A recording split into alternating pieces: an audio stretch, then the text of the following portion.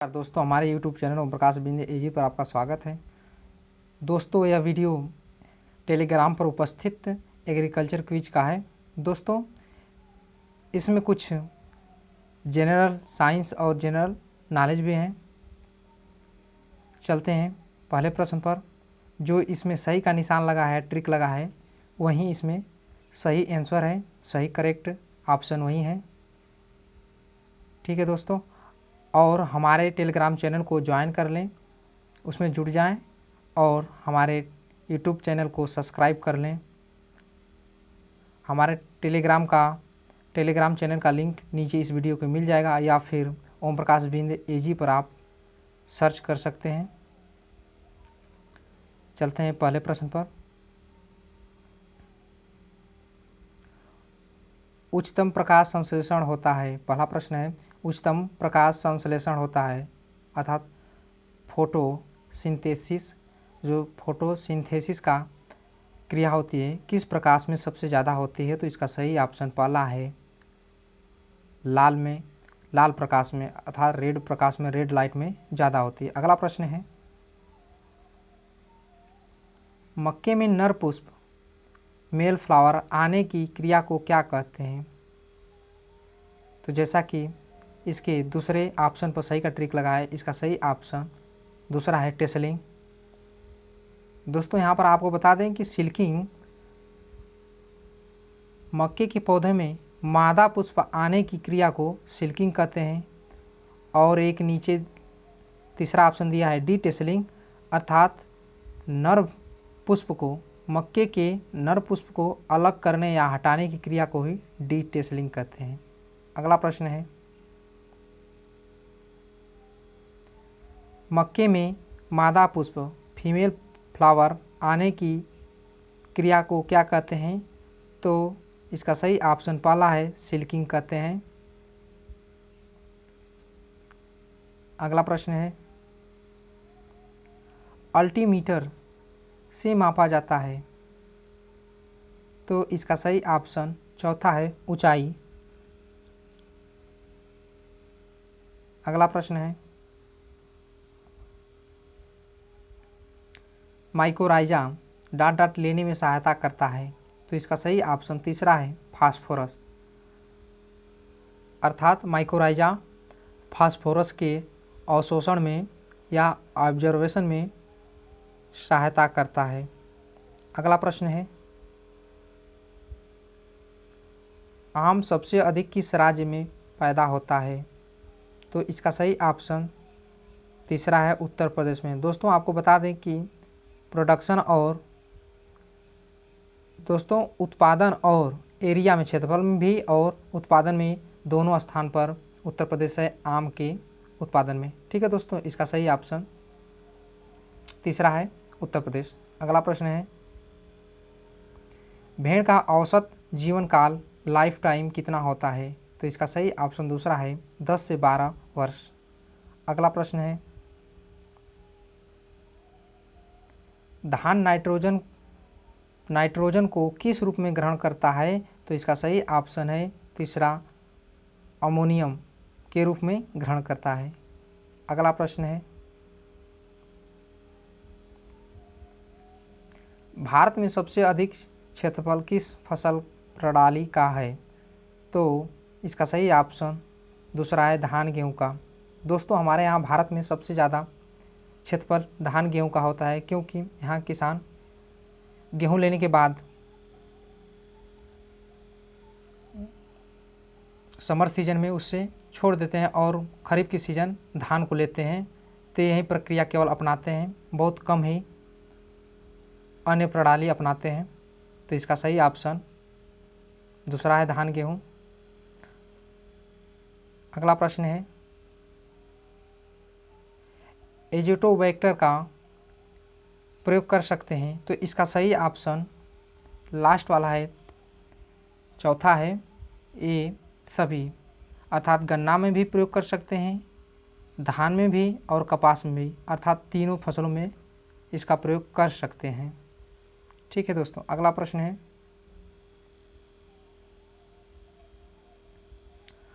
सूरजमुखी के बीज को क्या कहते हैं, अर्थात सनफ्लावर के सीड्स को क्या कहते हैं।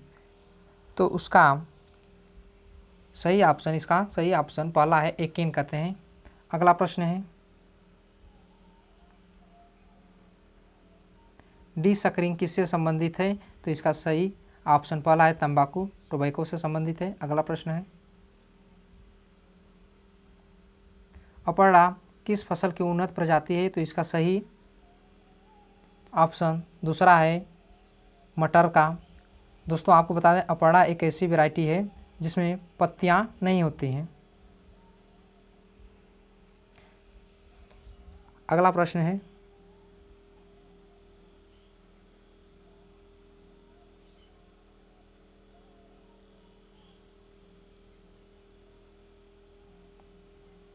दोस्तों यहाँ पर जो अपर्णा का बताए हैं ये थोड़ा कन्फ्यूजन में दोस्तों, इसको इतनी जानकारी रखिए कि इसका यह मटर का किस्म है।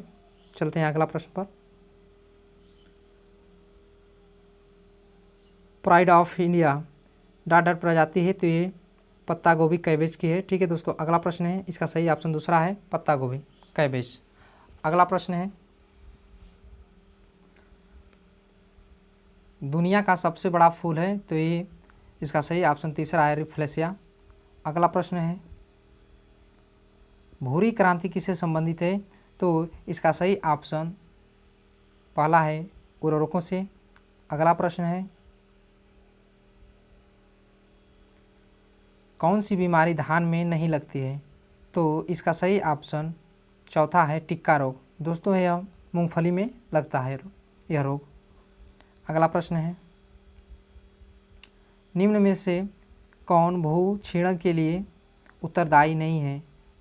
इसका सही ऑप्शन है दूसरा पेड़ लगाना। दोस्तों यह पेड़ का बचाव, दोस्तों यह भूमि का बचाव करता है पेड़, मिट्टी कटाव को भी रोकता है। अगला प्रश्न है विनियर ग्राफ्टिंग प्रचलित है, तो इसका सही ऑप्शन दूसरा है आम। यह कमर्शियल प्रोपोगेशन आम में प्रचलित है। अगला प्रश्न है दोस्तों UPAS 120 अर्थात उपास 120 एक प्रजाति है, तो इसका सही ऑप्शन पहला है अरहर की। अगला प्रश्न है फूल गोभी अगेती की प्रति हेक्टेयर बीज दर है, तो इसका सही ऑप्शन है 600 से 700 ग्राम। कहीं पर आपको देखने को मिल जाएगा 600 से 750 ग्राम। ठीक है दोस्तों, अगला प्रश्न है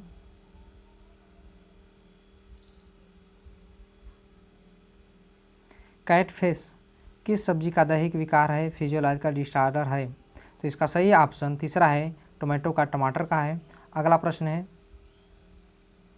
क्रिब्को का पूरा नाम है। इसका सही ऑप्शन पहला है कृषक भारती कोऑपरेटिव।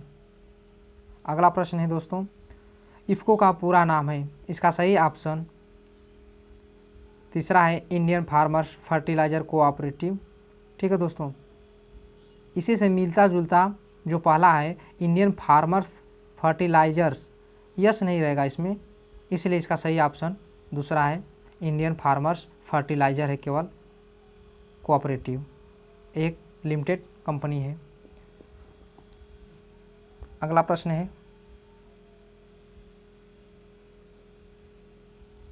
पेगिंग किस फसल से संबंधित है। तो इसका सही ऑप्शन दूसरा है मूंगफली ग्राउंडनट से है, जिसमें पेगिंग होने के बाद इसमें क्या होता है मूंगफली लगती है इसी में।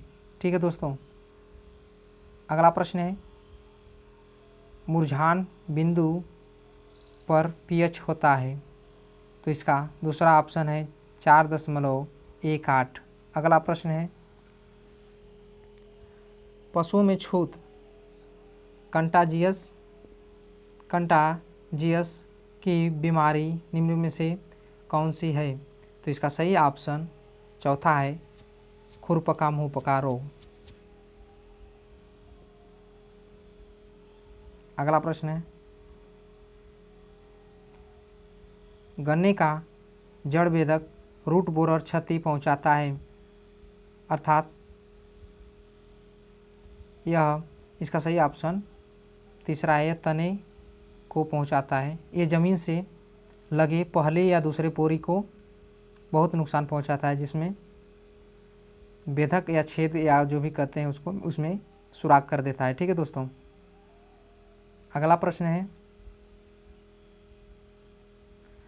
दियारा भूमि रिवर बेड क्षेत्र होते हैं, तो इसका सही ऑप्शन तीसरा है, नदी के किनारे वाले क्षेत्र जहां प्रतिवर्ष बाढ़ आती है।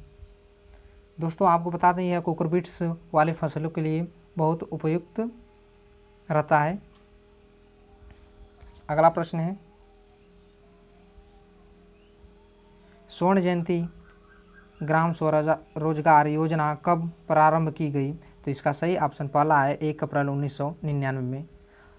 दोस्तों यहाँ से हम लोग देखेंगे जनरल साइंस और जनरल नॉलेज।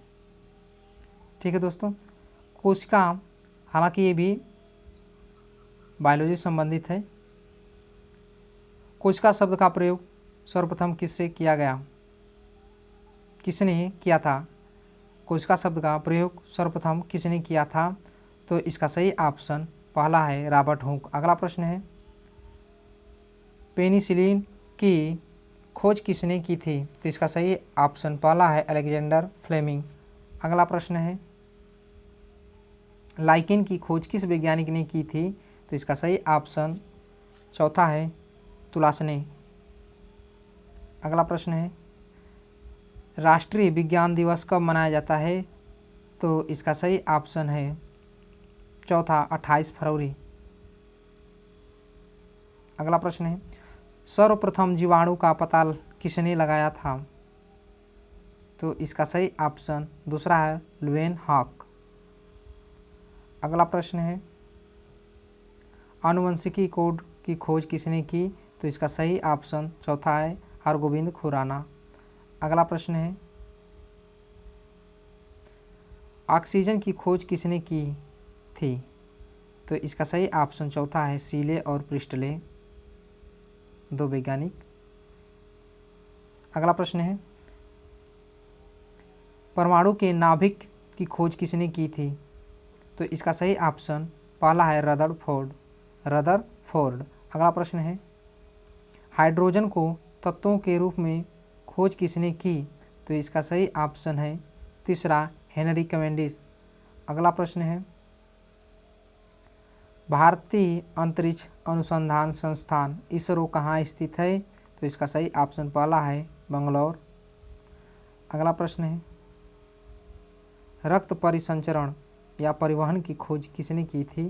तो इसका सही ऑप्शन पहला है विलियम हार्वे। अगला प्रश्न है, E इक्वल टू mc² का प्रतिपादन किसने किया था? तो इसका सही ऑप्शन पहला है अल्बर्ट आइंस्टीन। अगला प्रश्न है, भारत का राष्ट्रीय फूल क्या है? तो इसका सही ऑप्शन तीसरा है कमल है, राष्ट्रीय फल आम है। ठीक है दोस्तों, अगला प्रश्न है, प्रकाश वर्ष किसका मात्रक है? तो यह दूरी का मात्रक है, इसका सही ऑप्शन तीसरा है। अगला प्रश्न है, सबसे प्राचीन वेद कौन सा है, अर्थात सबसे पुराना वेद कौन है? तो इसका सही ऑप्शन पहला है ऋग्वेद है। अगला प्रश्न है, पाणिनि की रचना है, इसका सही ऑप्शन दूसरा है अष्टाध्यायी। अगला प्रश्न है, मानव ने सर्वप्रथम किस धातु का प्रयोग किया? तो इसका सही ऑप्शन चौथा है तांबा का।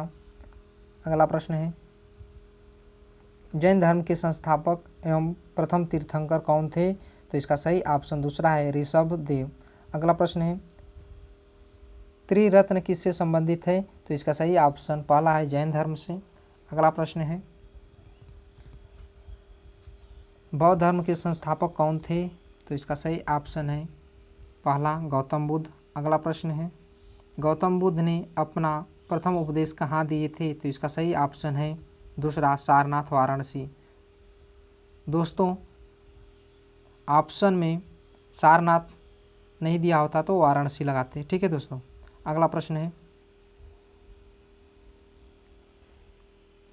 गौतम बुद्ध का जन्म 563 ईसा पूर्व में कपिलवस्तु के किस स्थान पर हुआ था? तो इसका सही ऑप्शन दूसरा है लुम्बिनी में। अगला प्रश्न है महावीर स्वामी का जन्म 540 ईसा पूर्व में किस स्थान पर हुआ था? तो इसका सही ऑप्शन पहला है कुंडग्राम वैशाली में।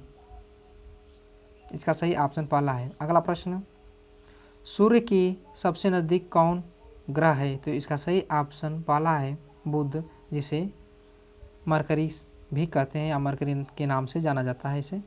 अगला प्रश्न है सौरमंडल का सबसे बड़ा ग्रह तथा सबसे छोटा ग्रह क्रमशः कौन से हैं? तो इसका सही ऑप्शन तीसरा है सबसे बड़ा ग्रह बृहस्पति और सबसे छोटा बुध है।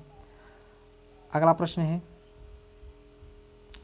ओजोन O3 लेयर पाई जाती है? तो इसका सही ऑप्शन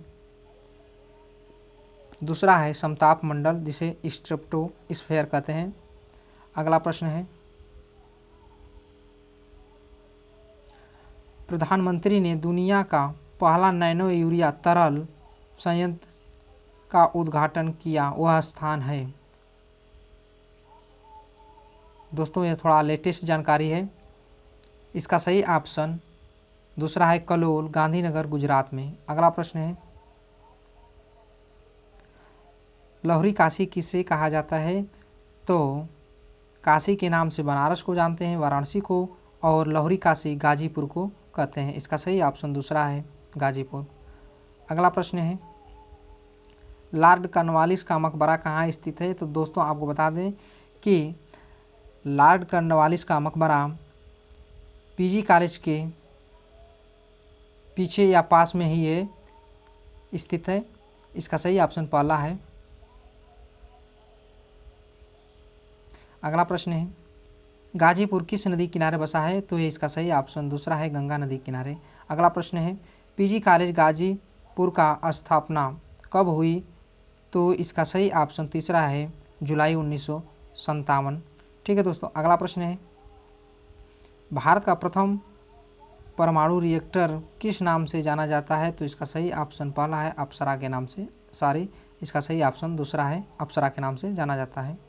अगला प्रश्न है कवकों का अध्ययन कहलाता है? तो इसका सही ऑप्शन पहला है माइकोलॉजी, और कीटों का अध्ययन एंटोमोलॉजी कहलाता है। अगला प्रश्न है विक्रम साराभाई स्पेस सेंटर कहाँ स्थित है? तो इसका सही ऑप्शन पहला है त्रिवेंद्रपुरम।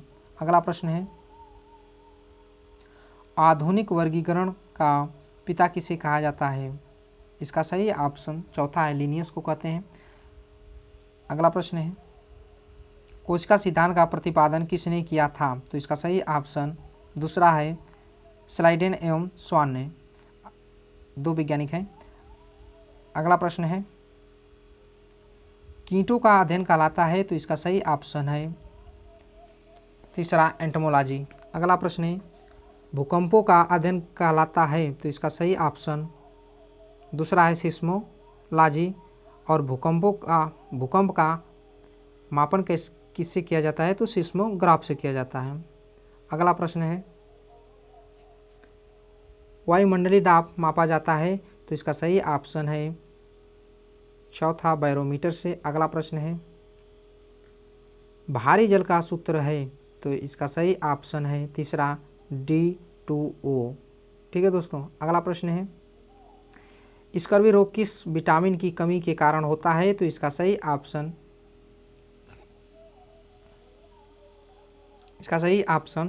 तीसरा है विटामिन सी। अगला प्रश्न है जल में घुलनशील विटामिन है?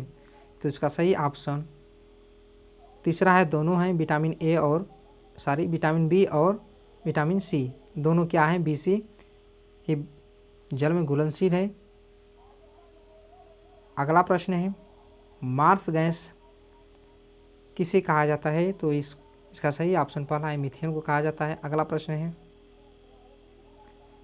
वसा में घुलनशील विटामिन है? तो इसका सही ऑप्शन लास्ट वाला है पांचवा है, ये सभी हैं विटामिन A, विटामिन D और विटामिन E और विटामिन K, ये सभी क्या हैं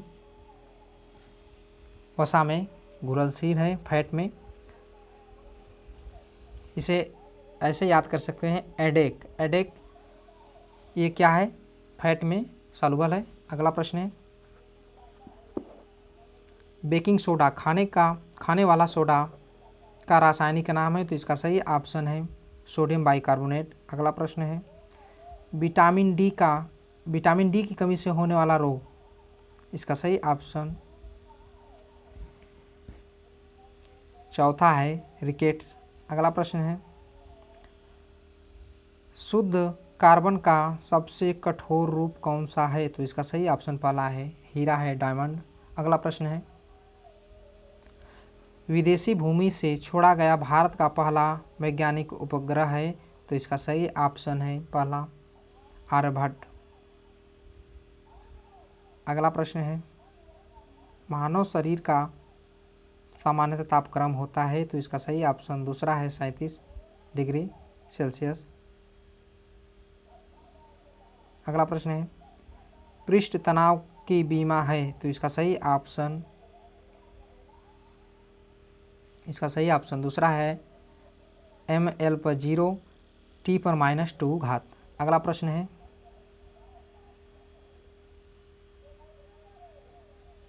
एक अश्वशक्ति किसके बराबर होता है, या फिर 1 हॉर्स पावर इक्वल टू, ठीक है दोस्तों, तो इसका सही ऑप्शन है पहला 746 वाट। अगला प्रश्न है, कास्टिक सोडा का रासायनिक सूत्र है, तो इसका सही ऑप्शन पहला है NaOH, जिसे सोडियम हाइड्रोक्साइड कहते हैं। अगला प्रश्न है दोस्तों, ये लास्ट प्रश्न है, जल का रासायनिक सूत्र है। दोस्तों ये तो आसान है, सभी को आना ही चाहिए, यह जानकारी होना चाहिए। ये है आपका दूसरा H2O। ठीक है दोस्तों, हमारे चैनल को सब्सक्राइब नहीं किए तो सब्सक्राइब कर लें, और टेलीग्राम चैनल को ज्वाइन कर लें, जहां पर जीके के क्विज और एग्रीकल्चर के क्विज आपको मिलेगा, और इसका लिंक नीचे आपको मिल जाएगा। जल्द ही मिलते हैं अगले वीडियो में।